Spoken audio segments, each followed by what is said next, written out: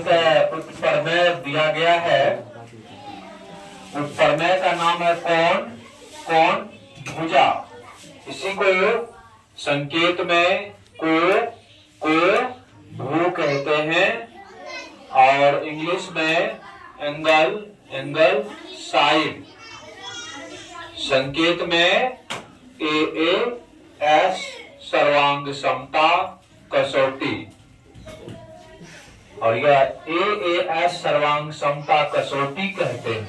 यदि एक त्रिभुज के दो कोण, यदि एक त्रिभुज के दो कोण और एक भुजा, एक त्रिभुज के दो कोण और एक भुजा ब्रैकेट में जो कोणों के अंतर्गत ना हो, दोनों कोण के अंदर में ना हो, क्रमशः दूसरे त्रिभुज के संगत कोणों और भुजा के बराबर हो तो वे त्रिभुज सर्वांग सम होते हैं। वे त्रिभुज क्या होते हैं? सर्वांग सम। तो इसके लिए दो त्रिभुज बना लेंगे। एक त्रिभुज ABC, एक और त्रिभुज बना लेंगे DEF। दो त्रिभुज इस तरह से हम लोग यहाँ पे बना लिए हैं। अब इसमें देखेंगे अंतर्गत ना हो, एक चीज का ध्यान रखना, दो कोणों के अंतर्गत ना हो। क्या? एक भुजा, दो कोण का अंतर्गत क्या होता है अभी आपको बताते हैं। यह एक त्रिभुज है, ठीक है। एक ये कोण, एक ये कोण मान लेते हैं, ठीक है।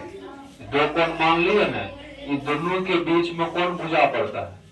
ये भी, इसी को अंतर्गत भुजा कहते हैं। क्या कहते हैं? अंतर्गत भुजा। तो ये भुजा नहीं लेना है, कोई अदर भुजा। तो ये भुजा का अंतर्गत नहीं है, इसको ले लेते हैं। यह भुजा इनके बराबर, यह कोण इसके बराबर और ये कोण इसके बराबर, जो सेम सिंबल है। इसमें एक ही लाइन है, एक ही लाइन इसके बराबर, डबल लाइन के बराबर, सिंगल लाइन के बराबर। तो इसमें कोण A है ना, कोण D का संगत कोण हो गया, कोण B का संगत कोण E हो गया, BC भुजा का संगत भुजा EF भुजा हो गया। इस तरह से दो त्रिभुज मान लिए हैं। यहाँ पर लिखेंगे हम लोग माना कि, क्या लिखेंगे? माना कि। त्रिभुज का नाम तो नहीं दिया गया था ऊपर में। माना कि ABC और DEF दो त्रिभुज है। दो त्रिभुज है जिसमें क्या दिया है? कोण A जो है कोण D के बराबर, कोण B कोण E के बराबर और BC भुजा EF के बराबर, BC भुजा EF के बराबर। हमें सिद्ध करना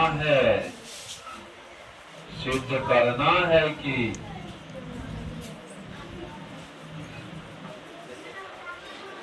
क्या सिद्ध करना है? त्रिभुज ABC, इसको त्रिभुज पढ़ेंगे। इसको क्या पढ़ेंगे? त्रिभुज, triangle ABC, congruence of triangle DEF, यानी ABC त्रिभुज DEF के सर्वांग सम है, ये हमें दिखाना है। अब इसके लिए चलते हैं, प्रमाण देना है कैसे लाएंगे। PROF प्रूव करके तब यहाँ से हमें लाना है। किस तरह से हम लोग लाएंगे प्रमाण में? हम लोग क्या जानते हैं? त्रिभुज के तीनों अंतर कोणों का योगफल 180 डिग्री होता है। लेकिन चूंकि त्रिभुज के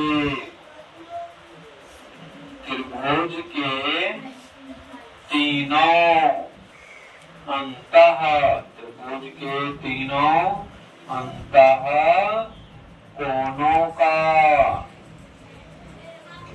योगफल 180 डिग्री होता है। त्रिभुज के तीनों अंतः कोणों का योगफल 180 180 डिग्री, इसलिए हम लोग त्रिभुज ABC में चलेंगे। कोण A प्लस कोण B प्लस कोण C बराबर 180 डिग्री, समीकरण नंबर 1। अगेन ऐसा ही काम करेंगे सेकेंड ट्रायंगल के साथ। तो यहाँ पर हम लोग चलेंगे, 180 डिग्री होता है ना, तो त्रिभुज A B या C में चले हैं। अगेन त्रिभुज DE F में चलेंगे। यहाँ से देखिए क्या होगा, कोण D प्लस कोण E प्लस कोण F बराबर 180 डिग्री। इसको समीकरण 2 मान लेंगे। देखिए दुनिया का कोई भी त्रिभुज हो, उसके तीनों अंतर कोण का अगर योग करेंगे तो 180 डिग्री के बराबर ही होता है। अगर 180 डिग्री से कम हुआ तीनों कोण का योग तो त्रिभुज होगा ही नहीं, ज्यादा होगा तब भी त्रिभुज नहीं होगा। कोई भी त्रिभुज बना लीजिए, तीनों अंतर कोण का योग एक्यूरेट 180 डिग्री होनी चाहिए। अब यहाँ से समीकरण 1 और 2 को देखते हैं। LHS बराबर RHS, LHS बराबर RHS, LHS LHS की बराबर है तो RHS के बराबर। तो जब दोनों का RHS बराबर है तो LHS LHS के बराबर होगा, LHS के बराबर हो जाएगा। यहाँ लिख लेंगे। इसके बाद समीकरण 1 और 2 से क्या लिखेंगे, कोण A प्लस कोण B प्लस कोण C बराबर कोण D प्लस कोण E प्लस कोण F, है ना। कोण A प्लस कोण B प्लस कोण C बराबर कोण D प्लस कोण E प्लस कोण F हो गया यहाँ से। अब उसके बाद हम लोग इसको समीकरण मान करके छोड़ देते हैं। अब चूंकि हमें दिया है कि क्या दिल है, यहाँ देखिए बाबू क्या दिल है, कोण A बराबर कोण D और कोण B बराबर क्या है, कोण E है। जब E कोण इसके बराबर है, ये कोण इसके बराबर है, तो ये जो तीसरा कोण है ये भी तो इसके बराबर होगा, है ना। इसीलिए कोण C बराबर क्या हो जाएगा, कोण F हो जाएगा।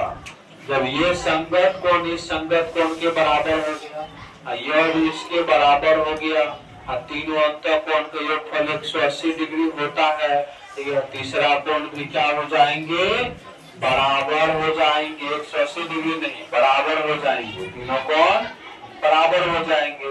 अब हम लोगों के पास जो त्रिभुज है उस त्रिभुज में चल लेंगे और चल करके अभी बनाएंगे जो त्रिभुज है ना।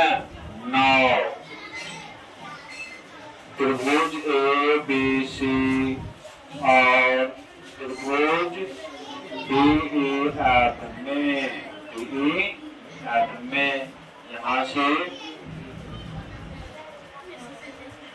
एक कोण ले लेंगे, एक भुजा ले लेंगे, एक कोण ले लेंगे, तो क्या हो जाएगा, AS A सर्वांग समता प्रतिबंध से एक कोण, एक भुजा और फिर एक कोण ले लेंगे।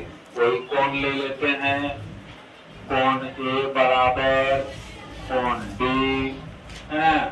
उसके बाद जो है